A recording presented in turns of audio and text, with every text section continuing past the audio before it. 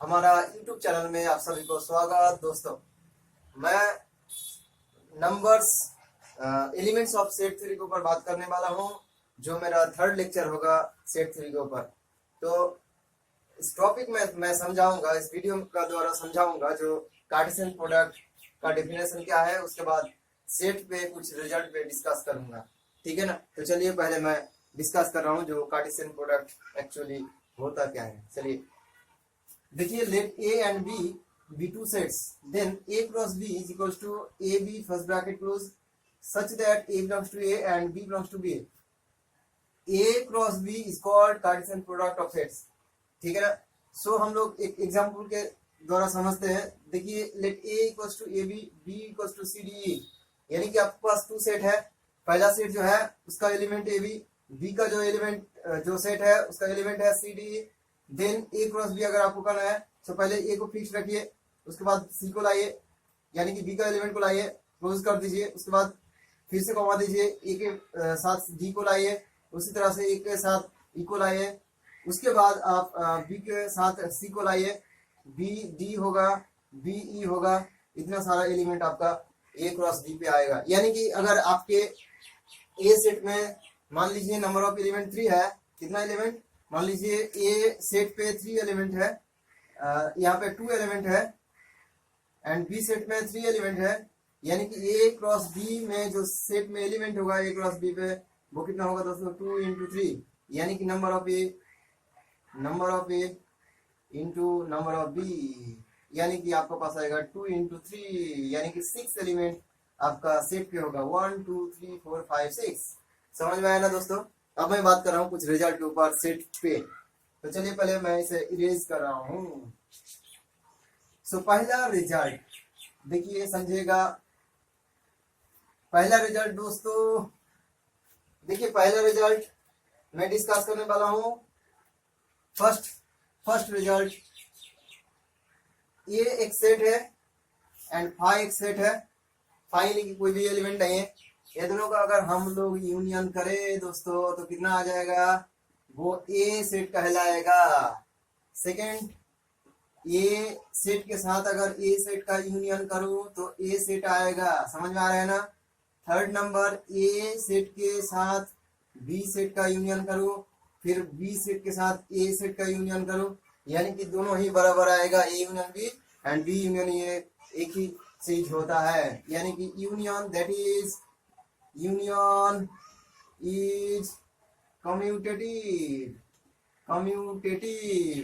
समझ में आ रहा है ना। मैं 4 नंबर में बात करने वाला हूँ। 4 नंबर रिजल्ट, 4 नंबर में देखिए दोस्तों, A union B bracket close union C, इसे आप लोग लिख सकते हैं A union B union C, B C को ब्रैकेट में, यानी कि यूनियन जो है that is union is associative. समझ में आ रहा है ना दोस्तों। अब देखिए 5 नंबर प्रॉपर्टी, यानी कि आपका आएगा ए यूनियन, अगर यूनिवर्सल सेट के साथ यूनियन करे तो आएगा आपका यूनिवर्सल सेट ही। यूनिवर्सल सेट मैंने सेकंड लेक्चर में आप लोगों को समझाया था। ठीक है ना। अब उसके बाद 6 नंबर प्रॉपर्टी में बात कर रहा हूँ। 6 नंबर प्रॉपर्टी यानी कि A union A complement property, sorry result के बारे में है। तो ए यूनियन ए कॉम्प्लीमेंट यानी कि आ जाएगा आपका यूनिवर्सल सेट यू। समझ में आ रहा है ना। 7 नंबर, चलिए मैं यहाँ पे 7 नंबर लिख रहा हूँ। 7 number sorry result, 7 number result. So देखिए 7 नंबर रिजल्ट में ए इंटरसेक्शन ए अगर मैं करूँ तो कितना आएगा दोस्तों, ए आ जाएगा।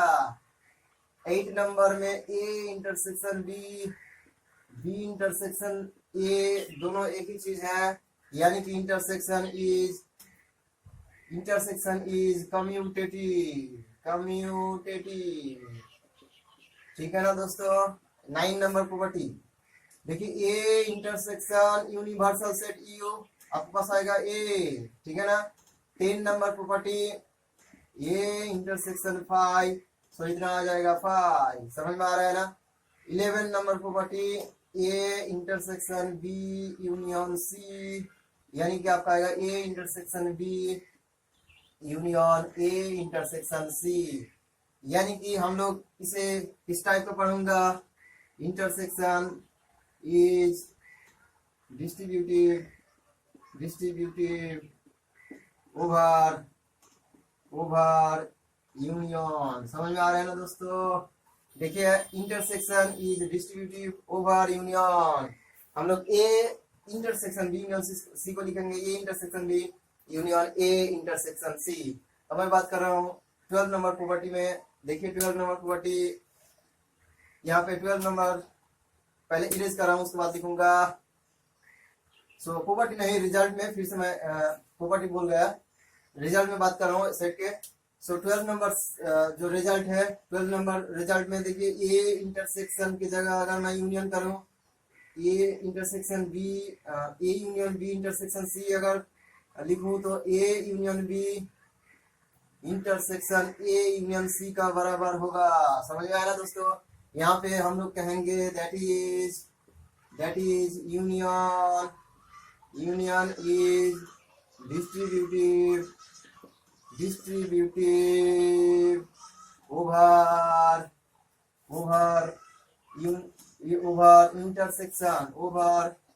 इंटरसेक्शन। ठीक है ना दोस्तों? अब मैं 13 नंबर को रिजल्ट में बात करने वाला हूँ। 13 नंबर रिजल्ट में, तो 13 नंबर रिजल्ट क्या है दोस्तों? देखिए ए डिफरेंट बी को आप लोग लिख सकते हैं क्या, ए intersection B complement.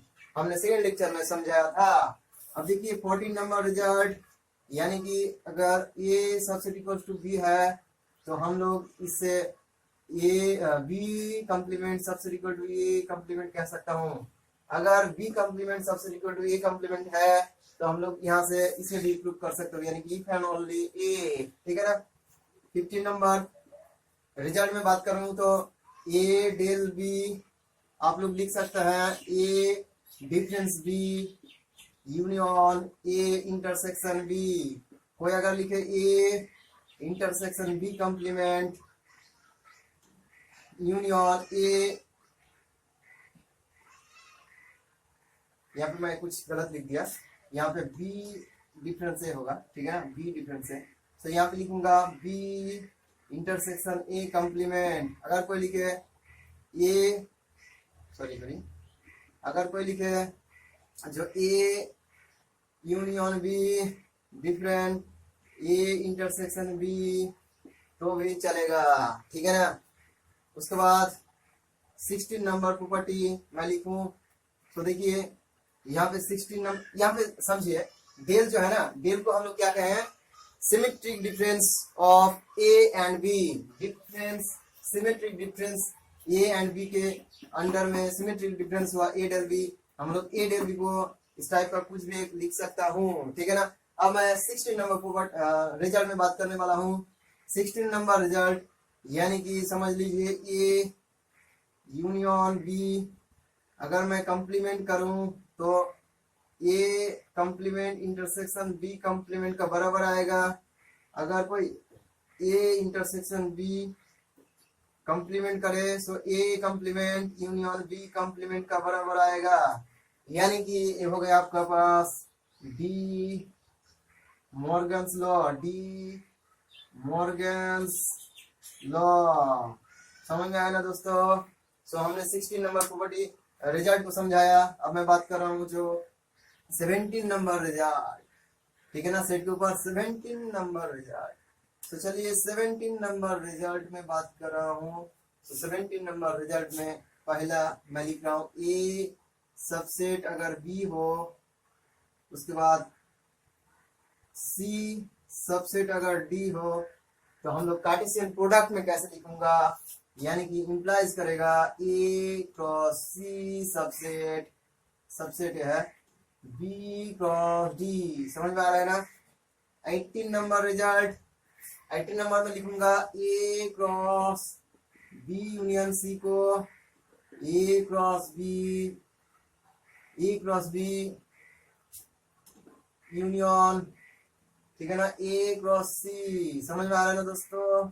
19 number A cross B intersection C हम लोग लिखेंगे A cross B intersection A cross C. समझ में आ रहा है ना? 20 नंबर प्रॉपर्टी।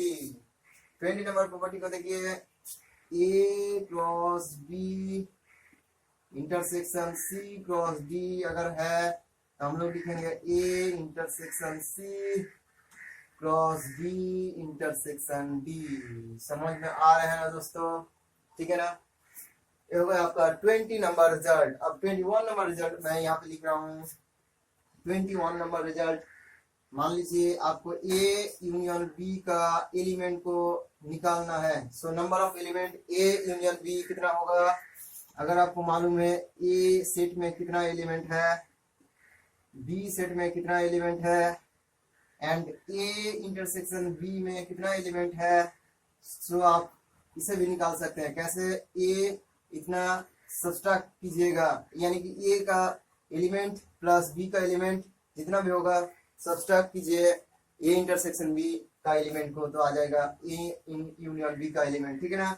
अब मैं 22 में बात कर रहा हूँ, element of A union B union C, यानी कि आपका आएगा n of A plus n of B, उसी तरह से plus n of C minus n of A intersection B, sorry minus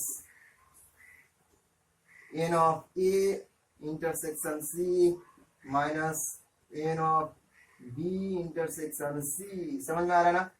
plus n of A intersection B intersection C, यानी कि आप इस फॉर्मूला से यूज करके ए यूनियन बी यूनियन सी का एलिमेंट को निकाल सकते हैं। ठीक है ना? अब मैं 23 नंबर प्रॉपर्टी में बात कर रहा हूँ, पहले से मैं इरेज कर रहा हूँ। ठीक है ना? उसके बाद लिखूंगा। सो 23 नंबर जो रिजल्ट होगा उसमें बात कर। 23 नंबर रिजल्ट देखिए, number of element at A complement, यानी कि ए जो सेट है उसका कम्प्लीमेंट में कितना नंबर होगा, सो ए आ जाएगा आपका बराबर एन ऑफ यूनिवर्सल सेट में कितना नंबर है, सब्ट्रैक्ट कीजिए एन ऑफ ए को, यानी कि ए सेट में कितना नंबर है उसे सब्ट्रैक्ट कीजिए यूनिवर्सल सेट से, सो नंबर आ जाएगा ए कम्प्लीमेंट का। अब 24 नंबर प्रॉपर्टी में बात रिजल्ट में बात कर रहा हूँ। सो यहाँ पे देखिए एन ऑफ, अगर आप निकाले N of A intersection B complement, so आप पहले निकालिए एन ऑफ ए, उसके बाद सब्ट्रैक्ट कीजिए n of A intersection B को, सो आपके पास आ जाएगा n of A intersection B complement का जो एलिमेंट होगा वो। ठीक है ना? सो आपने इस लेक्चर के थ्रू समझा जो कार्टेशियन प्रोडक्ट एक्चुअली होता क्या है, उसके बाद आपने एग्जाम्पल को समझा, उसके बाद 24 इतना रिजल्ट को आपने समझा। सो सभी रिजल्ट को आप फॉलो कीजिएगा, उसके बाद जितना भी न्यूमेरिकल प्रॉब्लम है सभी सॉल्व कीजिएगा। हमारा जो पहला एंड सेकंड लेक्चर है उसे देखिएगा, उसके बाद थर्ड लेक्चर को देखिए, उसके बाद आपने सेट को अगर पूरा से समझा, हमारा जो थर्ड तीनों ही लेक्चर अगर आपको समझ में आया होगा तो आपने सही सेट को पहचान लिया होगा। अब मैं थर्ड फोर्थ लेक्चर में बात करने वाला हूँ जो न्यूमेरिकल प्रॉब्लम का ऊपर। ठीक है ना? तो मुझे दीजिए इजाजत।